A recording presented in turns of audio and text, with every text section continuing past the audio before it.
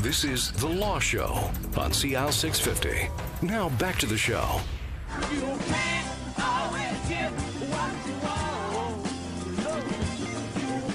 Truer words were never sung as we get back to the Law Show here on CIL 650 with the help of the Rolling Stones. And you can't always get what you want. What a wonderful song. Mark Perry and Anna Perry, the principals of Westside Family Law, in studio this morning. We're talking about, among other things, prenuptial agreements. And Anna was referring to the fact that we are a pretty tech-savvy. In fact, Canadians are notoriously voracious users and consumers of the Internet. And so it's quite appropriate that in 2015, many more of us are seeking the Internet and the tools provided on the Internet to do some of these basic agreements, contracts. And Right. a prenuptial agreement is, Mark, a legal contract, It is. isn't it? Absolutely. But it's kind of important when you're downloading the documents to fill in around the kitchen table to make sure that at very, very least, Mark, they're Canadian in origin. Right. And that's not because this is some sort of CanCon promotion. No.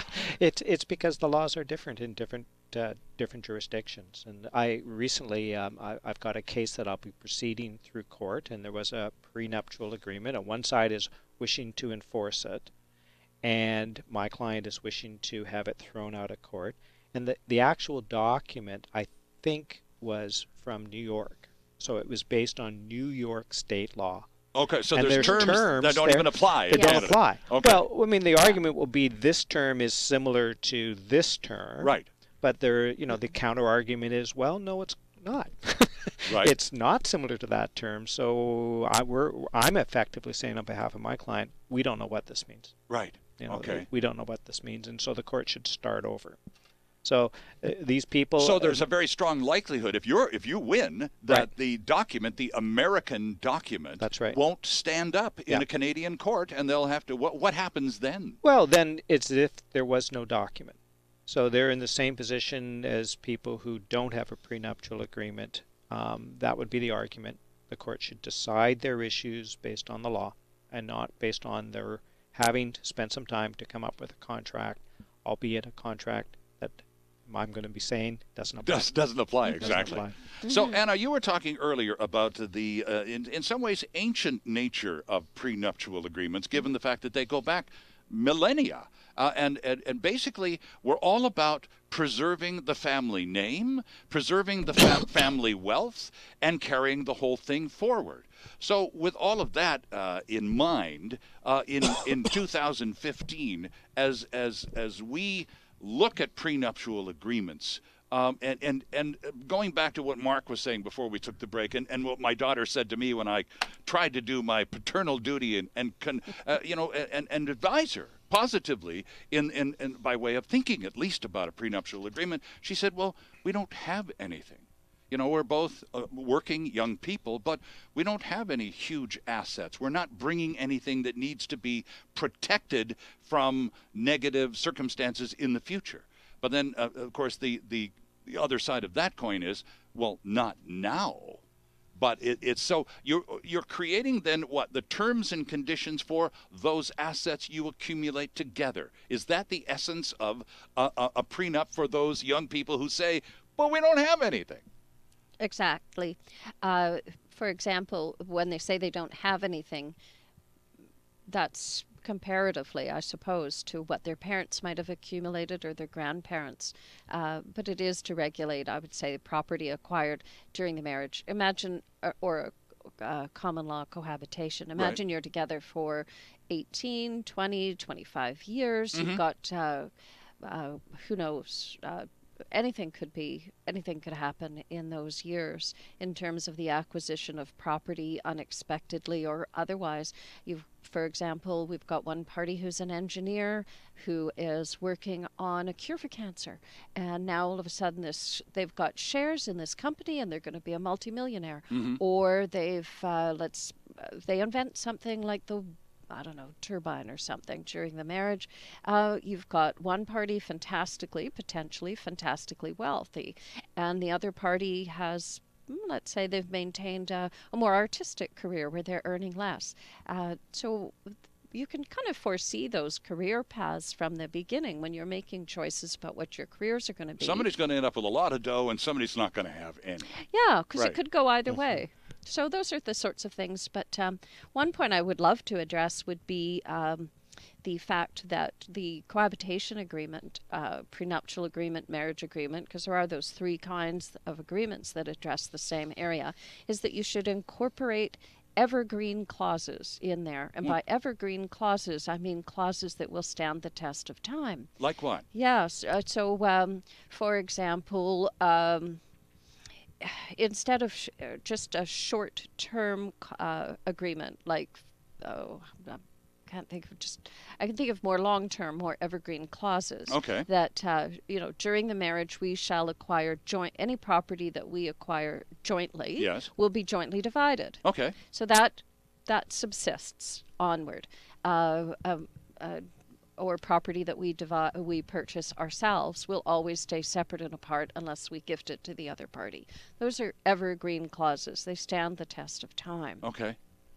And also, if you are bringing something into the marriage through maybe assets that you've earned on your own or inherited, are those after the dissolution of the marriage that you brought in that were yours to begin with? Do they remain yours after the marriage dissolves? And that's where the controversy is. The Family Law Act would say that, now does say that the value of property that you had at the beginning of the relationship is that's your hallmark value, your starting value. Right. And then at the end of the relationship, assuming it's increased in value, you divide the increase in value during the marriage. So you subtract Or out the what you started relationship. with, and it's the balance that becomes divisible. Yes, which is new and unique. I think Okay. it's unique to BC. We're now treating married couples a little differently in the division of property regime, and we've given our married couples a little less rights than they had before, and we've given our common law couples quite a lot more rights than they had before under the Family Relations Act. Interesting. And Mark, further to Anna's observations about the ancient nature of the prenuptial agreement, there are cultures in this world today that value the family name, the family assets, the dowry, for goodness sake. Yes. Culturally, it's significant and indeed terribly important still in some areas of the world and in some parts of Canada even. Right. Absolutely. I've got a case right now involving Iranian Canadians, and one of the issues in that case was a 20 gold coin monies that were to go to the wife at the end of the marriage, separate and apart from any division of property. It's sort of a dowry. Okay. And now we're trying to negotiate a resolution of this, and we're working hard on that. And I'm not really spending a lot of time at this point thinking about that. But my colleague on the other side, a well-known family law lawyer, advises me that there's case authority in British Columbia where that money will be upheld and go to the wife before there's any other division. And I think it's about $50,000. That's what my clients told me the value of that.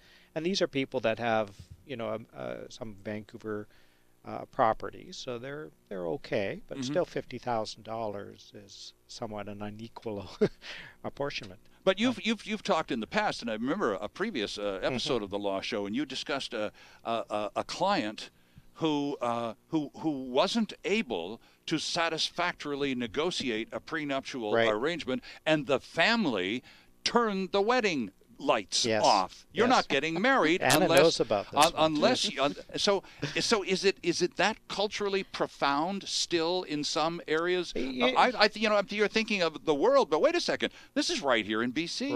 Right. Actually, that wasn't a ethnic or cultural community issue. so much as almost a, the two families somewhat at war. The Hatfields and the McCoys. The huh? young couple were Yeah. actually okay. Right. But The families didn't get along. The families So didn't get the along. kids had to have an agreement That's that would right. that would protect the families from each other. Oh, absolutely. Isn't that something? But you're right in your recollection of that. A very expensive Vancouver-based wedding was put on hold Goodness. because they could not agree on the signing of the prenup agreement. So in this case, then, and I would imagine it's highly exceptional Yes. that the young people who are getting married agree to the terms and conditions. They negotiate Yes. an agreement, a prenuptial agreement, Right. and then it goes to the families for ratification. Well, How bizarre is that? You know what though,